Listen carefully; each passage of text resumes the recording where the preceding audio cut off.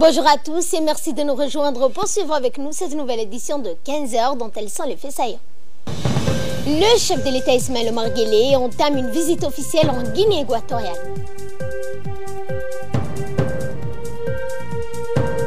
En nouvelles du monde, l'ONU appelle l'Algérie à cesser immédiatement les expulsions de migrants africains. Bonjour à tous. Le président de la République Ismaël Omar Guelleh a quitté aujourd'hui la capitale à destination de Malabo, la capitale de la Guinée équatoriale, où il entame à l'invitation du président Théodore Obiang Nguema une visite officielle de 48 heures. Au cours de cette visite, les deux parties axeront donc leur discussion sur l'identification du secteur d'échange et de collaboration au profit de deux pays et de leurs populations respectives. Sous la houlette du président Guelleh, notre pays a réussi l'exploit de réunir, en l'absence de ressources naturelles, toutes les conditions utiles à un développement durable. La République de Guinée équatoriale a entrepris de son côté un vaste processus de développement où son essor ne doit plus rester comme autrefois tributaire de ses dispositions énergétiques. À noter que la rencontre entre les dirigeants djiboutiens et équato-guinéens débouchera sur la réalisation d'une série d'accords de coopération entre les deux pays. Le ministre de l'Équipement et du Transport, M. Mohamed Abdelkader Moussa Helem, a reçu ce matin la nouvelle directrice du Programme alimentaire mondial, le PAM. On participait également à cette rencontre la représentante résidente du PAM à Djibouti, en l'occurrence Madame Chimouka, et le conseiller technique du ministre de l'Équipement et du Transport. Les discussions ont porté sur la consolidation du partenariat avec le PAM qui va construire un nouveau dépôt dans la nouvelle zone franche du PK20. Ce hub logistique situé au PK20 sera d'une très grande capacité de stockage. Il pourra pleinement remplir son rôle au niveau régional. Également dans l'actualité, cet atelier sur la gestion du problème posé par l'arrivée massive des migrants s'est tenu ce matin au Palais du Peuple. Il a été ouvert par le ministre du Travail, Hassan Idriss Samirié. Cet atelier a été organisé pour marquer les 10 ans de l'implication de l'IGAD dans le processus du dossier sensible de l'immigration. Outre le ministre du Travail chargé de la réforme de l'administration, Hassan Idriss Samirié, plusieurs autres personnalités ont pris part à cette rencontre que soutient l'Organisation des Nations Unies sur l'immigration, l'OIM. A noté également la présence du directeur de l'agriculture, de l'environnement de l'IGAD. Et dans cet atelier, le ministre du Travail a également pris la parole pour expliquer les enjeux de cet atelier. Écoutons ensemble l'intervention du ministre du Travail. À l'instar de l'accord sur le climat adopté à l'unanimité par la quasi-totalité des pays, qui a conduit à une prise de conscience du danger que court la planète et à l'inscription de la lutte contre le changement climatique comme une priorité politique pour tous, nous devons appréhender la migration du travail avec la même philosophie. Il y a lieu de penser et de définir un cadre universel commun qui engage la communauté internationale à développer des instruments de lois et règlements au profit de la migration du travail. En effet, les ressources humaines sont des atouts majeurs dont dispose l'humanité et constituent une somme d'énergie, de savoir-faire, de possibilités et de compétences pouvant impulser le développement économique de nos pays. Nous devons ouvrir notre marché à l'apport de l'extérieur pour que chaque personne ait la possibilité de s'installer, de faire sa vie dans le pays de son choix, lutter contre les tentations de repli sur soi. La mondialisation, l'intégration économique crée des interdépendances entre les États, mais facilite également la circulation des personnes et des biens. Et le centre de référence en matière de santé reproductive Husseina a abrité aujourd'hui une cérémonie de clôture de l'atelier de formation sur le dépistage du cancer du sein et du cancer du col de l'utérus. Eh bien, cette formation a été dispensée durant 5 jours aux sages-femmes en poste dans les différentes structures sanitaires. Outre la directrice du centre, Mme Mako Ibrahim, cette cérémonie a vu la participation de plusieurs responsables du département de la santé et des représentants du bureau de l'OMS à Djibouti.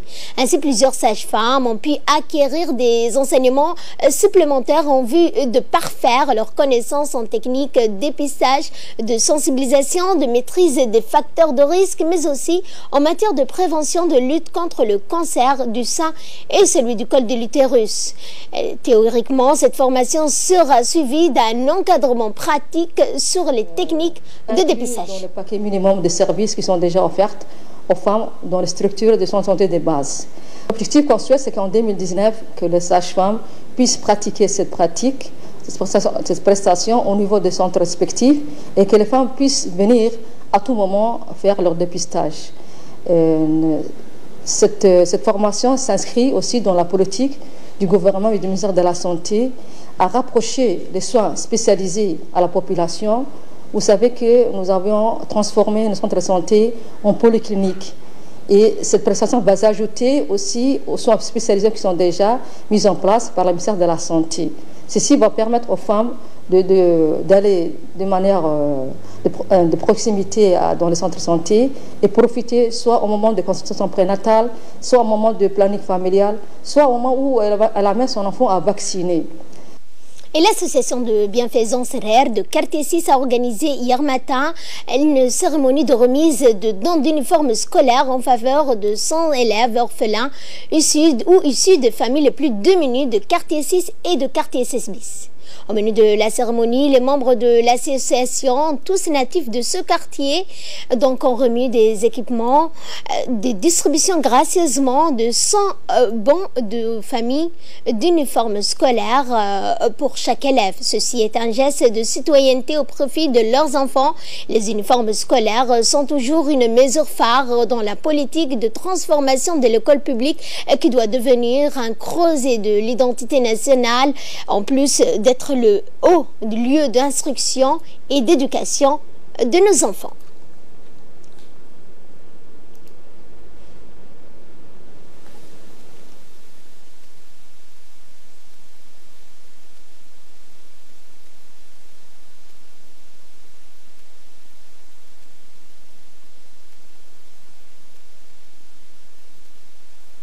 Aujourd'hui est un jour sacré pour l'école de Quartier 6 à Château d'Eau, car nous, association Quartier 6, avons doté de cette école en uniforme les élèves nécessités et orphelins de cette école. En fait, les élèves dont nous allons doter aujourd'hui l'uniforme et un effectif de 100 élèves composé de 2 écoles, l'école de Quartier 6 Château d'Eau et l'école de Quartier 6 bis. Ces élèves auront 2 tenues et nous leur distribuerons un banc. Ils vont se rendre à Anguilla pour récupérer les vêtements de leur taille. Et à Lissabié, cette fois, des techniciens de l'INSPD ont effectué dans la journée d'hier au chef-lieu de la région d'Alissabié des opérations de pulvérisation spéciale à grande échelle. L'Institut national de santé publique de Djibouti a dépêché des équipes de 100 services dans l'ensemble des régions pour effectuer des opérations de pulvérisation. De telles actions sont une opportunité en ce début de la saison fraîche. Les personnes vivent donc dans des conditions où ils sont victimes de mouches, de moustiques, d'insectes et à détruire les gîtes lavraires qui sont des vecteurs de propagation d'infections diarrhéiques et du paludisme. Et ce grand soulagement des assajogues de tout âge confondu qui ont salué le caractère préventif de l'intervention de l'INSPD. Encore faut-il qu'il s'approche des mesures de précaution et des bonnes pratiques d'hygiène dans la lutte contre tout risque de pandémie paludique. Cette campagne vient de commencer dans les régions d'Alissabié. Il est aussi prévu pour l'ensemble des régions pour une période de 3 journées par région. Cette campagne a été mobilisée largement avec toute l'équipe régionale et centrale de l'Institut national de santé publique qui a déployé ses moyens afin de lutter d'une manière aléatoire pour cette période qui est le début des périodes hivernales.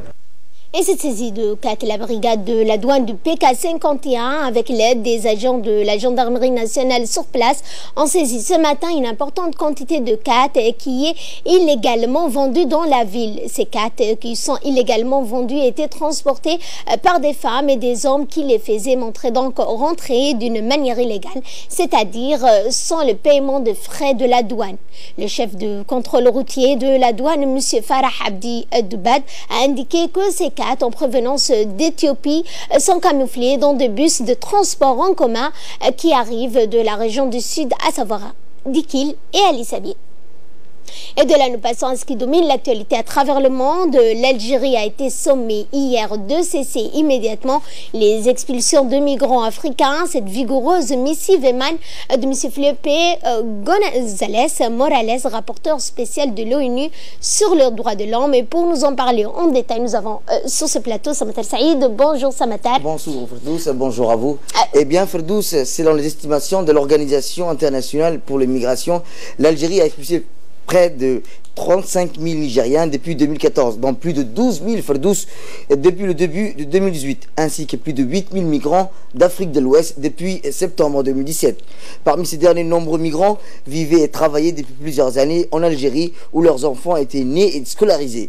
L'OIM a critiqué à plusieurs reprises le traitement des migrants africains par l'Algérie, notamment ses opérations de rapatriement forcé.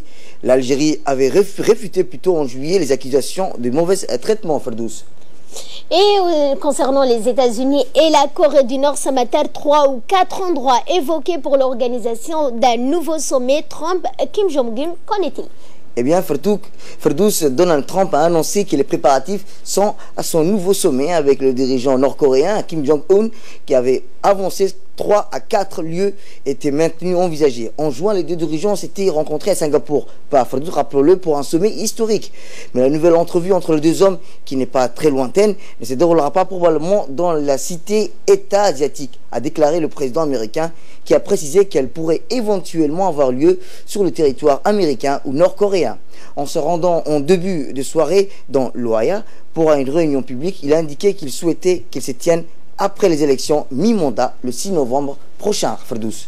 Et restons toujours aux États-Unis, Samatar, où l'ouragan baptisé Michael arrive en Floride avec une puissance jamais vue. Eh bien, c'est oui, Ferdous. Avec des vents allant de 210 km à l'heure, en moyenne, des fortes pluies, cette tempête d'une violence historique menace le sud-est des États-Unis. Un ouragan historique, Michael s'apprête à frapper la Floride et le sud-est des États-Unis. Aujourd'hui, au moment où son œil touchera à terre dans la journée, il sera l'ouragan le plus puissant dans cette zone depuis le milieu du 19e siècle. Michael est un ouragan de catégorie 4, rappelons-le, sur une échelle qui compte 5. D'après l'ANCHS, le Centre américain des ouragans, à partir du niveau 3, on considère qu'il s'agit d'un ouragan majeur. En quelques heures, Michael est passé de la catégorie 3 à 4, Ferdous. Et ce décès de 17 personnes ont perdu la vie, Samatar, dans un séisme à Haïti. Eh bien oui, Ferdous, le séisme de magnitude 5,9 a secoué samedi le nord-ouest de Haïti et qui a causé la mort de 17 personnes, a blessé près de 350 habitants de la région. Selon le dernier bilan fourni par le ministère de l'Intérieur, 9 personnes ont perdu la vie dans la ville côtière du Port-de-Paix, à plus proche épicentre. La commune de Grosse-Monnaie, comme vous le voyez sur ces images, plus au sud, a enregistré 7 décès et une victime a été recensée dans la ville de Saint-Louis du Nord. 4 écoles ont notamment été détruites dans la ville de Pilate, qui compte peu moins de 50 000 habitants, Ferdous. Merci Samatar pour ces explications. Merci également à vous de nous avoir suivis. Excellent après-midi à toutes et à tous.